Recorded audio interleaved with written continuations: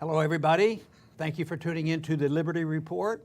With me today is Daniel McAdams, who is the Executive Director of the Institute for Peace and Prosperity. Daniel, good to see you today. Good morning, Dr. Ball. Well, very good. We have a special guest today, a real friend of Liberty, and interesting enough, he's going to be calling in from Brussels. But he is definitely a friend of Liberty, and that's Daniel Hannan. And he's well known. He was well known in the fight for BREXIT, and I believe he's going to have a lot of interesting things to talk about on what's going on with the British government and where we stand on BREXIT. Daniel, thank you very much for joining us today. Oh, it's great to be here, Dr. Paul. Big fan. Well, wonderful.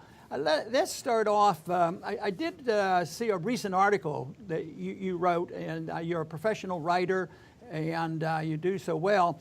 But the one that was a very catchy title was "The Working Class versus the Smirking Class." Why don't you just very briefly give us an introduction to that, because that really talks about so much of the issue that's going on right now. And I might suggest one thing is I've come up with a term that says that we live in the age of arrogance. And I'm just wondering whether those two may be similar. Well, you're quite right. I mean, the smirking class in this case were lobbyists, the elites, the corporatists, the mega banks, and the big multinationals that poured energy and finances into the campaign to keep us into the European Union, while dismissing all the democratic and libertarian and internationalist concerns of the other side, and painting us all as xenophobes and nativists and bigots. And here's the thing about the smirking class. Here's the thing about the experts. If only they really were experts. But on this, as on so many issues, the consensus of all the smart, educated people was wrong, and the instinct of the majority was right. Right. Daniel? Exactly. It's an excellent point you make, Daniel, that it was portrayed in the media, especially here, as this xenophobic push by the Brits. They couldn't stand anyone different than them. They had to leave the EU because of it. But as you point out, really it was optimism that motivated the voters to choose to leave. They wanted to build a stronger UK, a better economy. It had very little to do with the other. Of course, there are some people who don't want immigration, and I'm not going to deny that some of those people voted leave because they wanted to reduce migration from the main question for most Leave voters. All of our internal polls showed what all the published polls showed, which is that the biggest issue for Leave voters was democracy. And far from having voted for a nativist or protectionist Britain, for a Britain that raises its drawbridges, our contention as Leave campaigners is that Britain will flourish more as a global economy, a free trading, deregulated, low-tax economy outside an over-regulated, overtaxed, and inward-looking European Union. Yes, and you make a very good point too about the globalism. A lot of times people who see what we're trying to do, and we don't want bigger, more international global government and more global regulations, that doesn't mean you can't be oriented toward globalism in the free market sense, that actually trade becomes better and more productive and better for the people and more fair and not kowtowing to the politicians and the very wealthy people.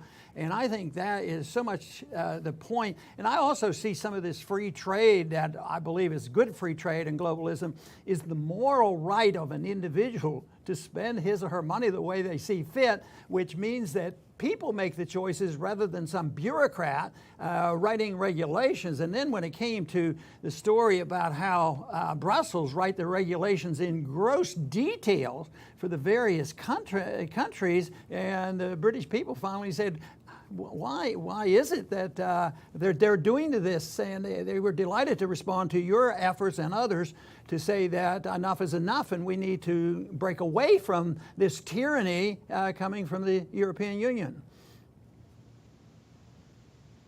Yeah, I think you put it very well indeed. If the European Union were just a free trade area, if the European Union were just a forum for neighboring countries to arbitrate their disputes and do things collectively that they can't achieve singly, no one would have had a problem with it, right? You'd have to be completely mad to be against the idea of working with your immediate neighbors and allies.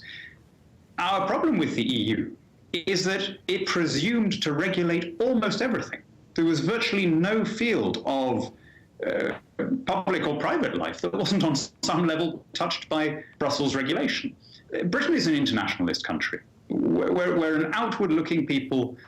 We're connected by our language, by our legal system, by migration patterns to every continent. And outside the European Union, we will be a better place to do business, we'll be a more open economy, we'll be a more global economy.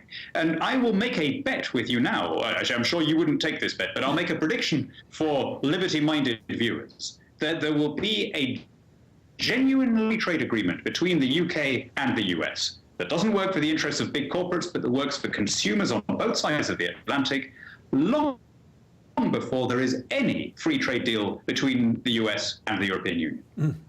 Yeah. Daniel, if I may, this is something that is somewhat perplexing to us on this side. You have a major leadership change coming up on Wednesday. Kind of a surprise move. It wasn't supposed to happen until October. Theresa May will take over as the UK's second Prime Minister. We found it very interesting that it seems all of the lead campaigners for the Brexit vote have stepped aside. Nigel Farage, a different party, obviously, but also Andrea Leadsom, Boris Johnson, they've stepped aside, and a sort of a moderately pro-EU Prime Minister comes in. What does this mean? Why are the leaders of the movement stepping aside, and what does it mean that your new Prime Minister is not super enthusiastic about leaving? Well, them's the rules. It's not that they stepped aside, it's that they didn't have enough support from Conservative members of Parliament. Our system is not like yours. Our system is a parliamentary, not a presidential one. If you want to be Prime Minister, you have to be able to command a majority in the House of Commons. And the reality is that the House of Commons is mainly made up of people who wanted to stay in the European Union. However, Theresa May is a good Democrat. She's made very, very clear that she accepts the verdict of the referendum. Brexit is going to happen. And the only question for us now, in an amicable, orderly, and mutually beneficial way, right?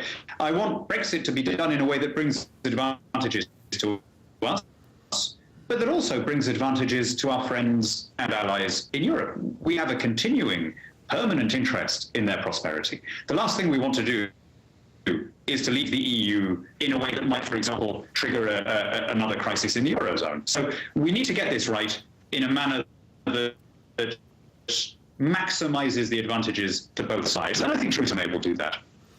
There have been some, and I think you included, have indicated that there are some foreign policy things that contribute to this chaos that we suffer and even the Brits suffer from. And that is the support for the ongoing wars in the Middle East, the breakdown of governments there, and then the problems in Syria. And then the emphasis that has placed on mass migration, and then the whole thing about migrants going to the countries that have the best welfare system.